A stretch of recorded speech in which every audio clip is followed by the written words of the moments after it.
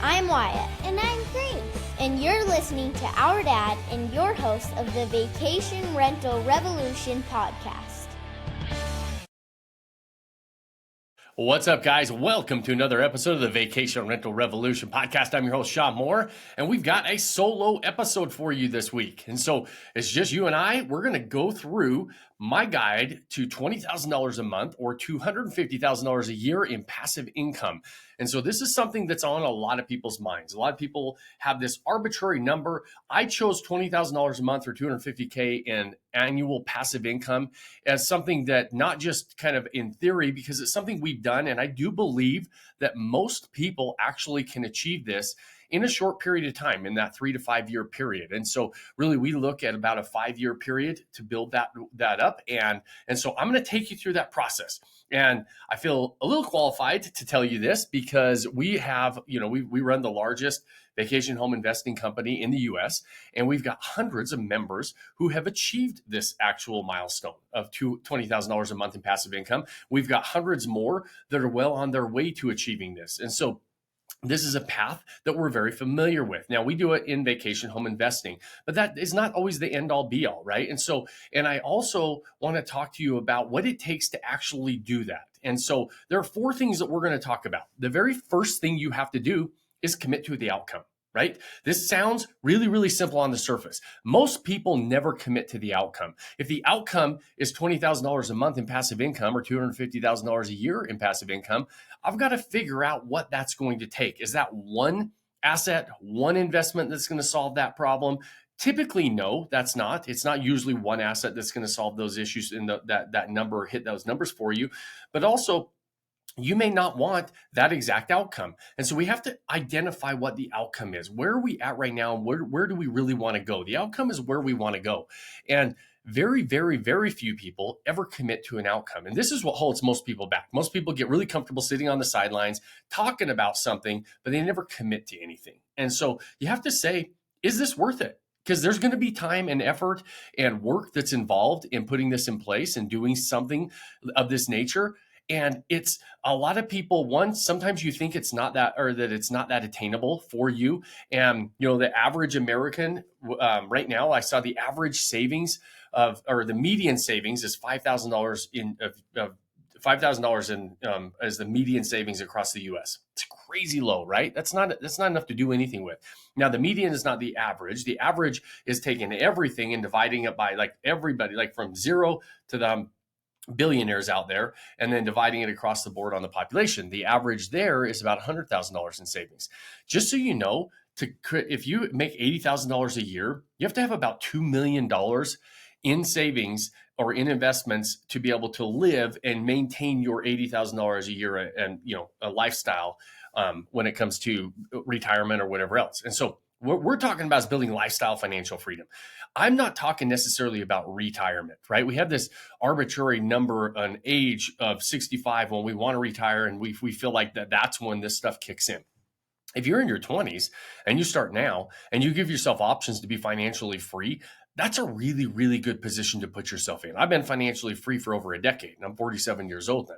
And so it's nice to be financially free before you hit 65. And most of you can do it. This is on the heels of me losing everything back in, back when in 2009, I lost, I pretty much lost everything. And so we built it right back up very, very quickly. And, we had financial freedom before that, lost it all, built it right back up. And so it's financial freedom and lifestyle freedom is something that gives you options and choices that you never knew you had. And so we have to think about, what is that outcome that we actually want? And are we willing to commit to the outcome? I'm saying, I'm willing to figure out what it's going to take to get there. The next step is identifying what passive income vehicle you're going to choose. Is it going to be multiple passive income vehicles? Are you going to be one of those people that really diversify into a whole bunch of different avenues? Or are you going to get laser focused on one asset class? And really take some time and identify Does your passive income vehicle that you select and choose, is it able to actually help you achieve the outcome that you identified? In this conversation, our outcome is going to be 250K a year in passive income. And now we have to identify how long is it going to take us to get there, right? And so this is not a get rich quick scheme that we subscribe to, right? We're going to buy assets and passive income vehicles that can help us achieve that, but it's over a period of time. And so we have to identify, okay, what is the passive income vehicle? Some vehicles allow you to get your outcome sooner than others. I love vacation rental investing. There's pros and cons to every asset class, including vacation rental investing. And so you have to identify, based on your property goals and what you're looking for, what passive income vehicle you're going to choose. I do believe very strongly that real estate is the best passive income vehicle for most people. And for most people, contrary to popular opinion and what a lot of people talk about, I believe that single family investing is the most accessible for most people when it comes to financing and being able to acquire. And there are certain asset classes like short-term rentals that are single family homes that allow us to accelerate that progress. It allows us to make more per asset, right? Maximize each individual asset. I don't have to have a huge portfolio to make sure that I can hit those passive income vehicle or reach my outcome with my passive income vehicle of choice. There are other assets though. Real estate is not always the end all be all for everybody. And so you have to take time in the very beginning. And this is number 2 step. 1, you have to commit to the outcome. No sense in doing anything unless you're actually committed to the outcome. 2, you have to take some time and identify what passive income vehicle you're going to choose based on your property goals and based on what is interesting to you to help you reach those goals. And I do suggest, and my advice is, you don't diversify too much. I think that you should pick a vehicle that works to help you reach your goals and get laser focused on that vehicle. Because again, they all have pros and cons, and they're all going to have different things you're going to have to navigate along the way. And when you have a whole bunch of things going on, it's like the jack of all trades and master of none. You really want to be a master at the asset class that you choose. And if you don't understand it, don't do it, right? It's a lot of really astute investors, really smart people out there say, listen, there's a lot of people out there talking about all kinds of different investments and everything else and wanting you to put your money in certain places. If you don't understand the vehicle you choose, and it doesn't take or an amazing financial mind to understand most income vehicles and most investments. You should very much understand the investment vehicle that you choose and understand what are the pros of it, what are the cons, how are they going to help you, what's the timeline of hitting your outcomes, and what is it going to take, right? And so really take some time to identify what asset class you want to play in, right? Because I did that a long time ago. I've been in real estate, full-time real estate investor for 23 years. I've invested in a lot of different asset classes. The older I got and the more that I got dialed into actually building my own wealth and becoming financially free, my asset classes that I invest in narrowed and narrowed and narrowed. And the more I got focused, the more money I made. And so right now we only focus on short-term vacation rentals. And doesn't mean that they're for everybody, but they're for us. And so you have to do the same thing when you're thinking about that. So 1, identify your outcomes. 2, identify your passive income vehicle. And then number 3, you start to build your game plan based on a couple of different things. 1, the time that you have available, the money that you have available, and the knowledge you have available. So be based on your time, money, and knowledge. How are you going to game plan this out? And what is the time frame for hitting your outcome? For us, we like to say, okay, based on the income vehicle that we've chosen, we know that we can go out and buy one property every single year. And it is likely that we can find a property that is going to bring us in somewhere around that $4,000 a month mark in passive income. And so if I have every single year, I have to buy one property that's going to net me in my pocket passive income around $50,000 a year, how long is that going to take me to build up to where I have $250,000 a year? Right, 5 years, right? So I have a 5-year game plan. And that game plan simplified out is to say, okay, I need to find one asset, right location, right property that can produce an outcome of $50,000 a year in net income. And so you have to be able to do that. So now you're starting to build that game plan. After you've identified and said, here's what my goal is, here's the outcome that I'm committed to, here's the vehicle that I'm committed to. Now, what is it going to take based on those things, based on the vehicle and the production of that vehicle and the return on investment of that vehicle to produce the outcome I'm going to take. In my case, we say our goal is to say we're adding one property every single year that will bring in an extra additional $50,000 a year in our pocket, not counting appreciation and everything else. I'm really looking for cash flow in this scenario. So, because that's what passive income really is, right? And so now, based on all of that, how much knowledge do I have on the asset class? How much money is it going to take to get into it? What financing options are available? Do I have to develop more skill sets on really understanding creative financing, seller financing, bringing in partners? Depending on your situation, you may have to say and you've identified the time frame, in this case 5 years, to be able to do that, one property a year every 5 years, finding the right property that produces $50,000. Now I have to say, do I know how to do that? Right? If you're like the cost of mentorship and coaching, right? Well, I run a mentorship company and a coaching company. And a lot of people are like, man, that's a lot of money for coaching. And I'm like, man, you're talking about wanting to build $250,000 a year. If you don't know how to do that, and I can show you how to do that and accelerate your progress there, it's costing you an extra $250 a year not knowing how to do that. Same is true if you're making $1 million a year. It's costing you $1 million a year if you don't know how to make $1 million a year, right? So figure out what the cost of knowledge is. And you can gain knowledge a lot of different ways by going out, rolling up your sleeves and doing it. It's going to be a little bit cheaper money-wise. It's going to cost you a lot more time. And ultimately, if you make mistakes, it could cost you more money. But you have to figure out, okay, based on time, money, and knowledge, how am I going to leverage what I have, but also leverage other people's time, money, and knowledge to help me accelerate my progress? And so that is all part of your game plan.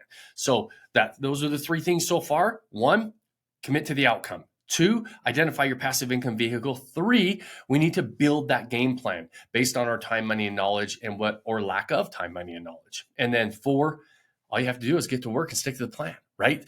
What stops and most people is they start running down the road a few steps. And as soon as they start to get tired, they think that there's a better road and an easier road to travel down. And there's not. I'm here to tell you at this stage, once you build your plan and you're committed to your outcome, all you have to do is work the plan. Roll up your sleeves, get to work, and stay consistent with it, right? And we're not in my office. I'm in my studio right now, but on the wall in my office, I have an axe hanging. And it's always to remind me that simple is not always easy. Your plan is going to be very simple. Usually, depending on the passive income vehicle you chose, like I just showed you, one property a year for every 5 years based on our income vehicle. You might choose another one that doesn't take 5 properties in 5 years, or you might choose one that takes a lot more than that in 5 years or 10 years or whatever it is. But whatever the plan is, it's probably pretty simple. It's not always going to be easy. And the axe reminds me that it's a very simple tool. But 1, there's got to be effort put in, right? You got to swing the axe in order for it to be effective. Number 2, I've got to be consistent with that effort.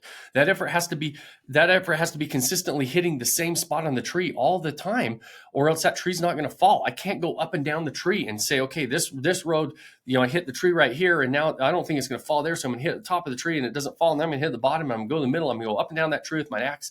Nothing happens, right? So, but if I'm consistently hitting the same spot over and over, eventually that tree is going to fall. And then ultimately you have to be, that axe has to be sharp, right? If I'm going to put in the effort and I'm going to be consistent, I got to sharpen the axe. That's where the knowledge comes in. That's where the skill sets come in, and building new skill sets and understanding networking and forming partnerships and relationships and all those different things are sharpening that axe so that you don't have to swing it so dang many times.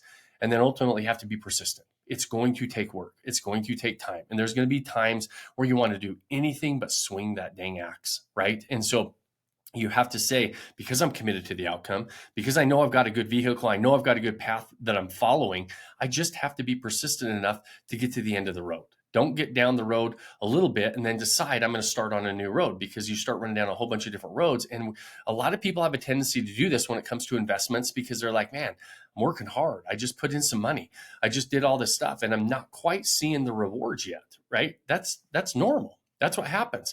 That's why understanding the process and having a plan to follow, and ultimately being around other people that have done it before you, so that you can see the light at the end of the tunnel, is really, really important. So always remember, simple is not always easy, but really your path to $20,000 a month or $250,000 a year doesn't have to be as far away as you think it is. Lifestyle and financial freedom is a lot closer than a lot of people think. And I say that with, absolute certainty because we've worked with over 3,000 people across the country over the last few years.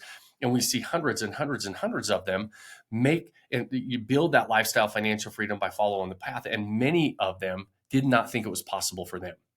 And so, and it absolutely is possible, but they didn't know, right? Their lack of knowledge. I always say ignorance keeps so many people poor and from reaching their potential. And don't mistake ignorance for stupidity or being dumb, right? Ignorance is not that. Ignorance is lack of knowledge, is not understanding how to go navigate something. That doesn't mean that you're dumb or you're stupid. It means that you're ignorant to the path forward. And so if you are, reach out and seek mentors in the asset or the passive income vehicle that you choose, right? Figure that out. There's people that have gone down the road before you that have reached the outcome and the goals that you're after and that can help you map that out and plan that out and walk into it with your eyes wide open. So guys, I appreciate you joining me. This is a really fun topic and something that I hope is helpful for you to see that, listen, it's not that difficult. It's not complicated.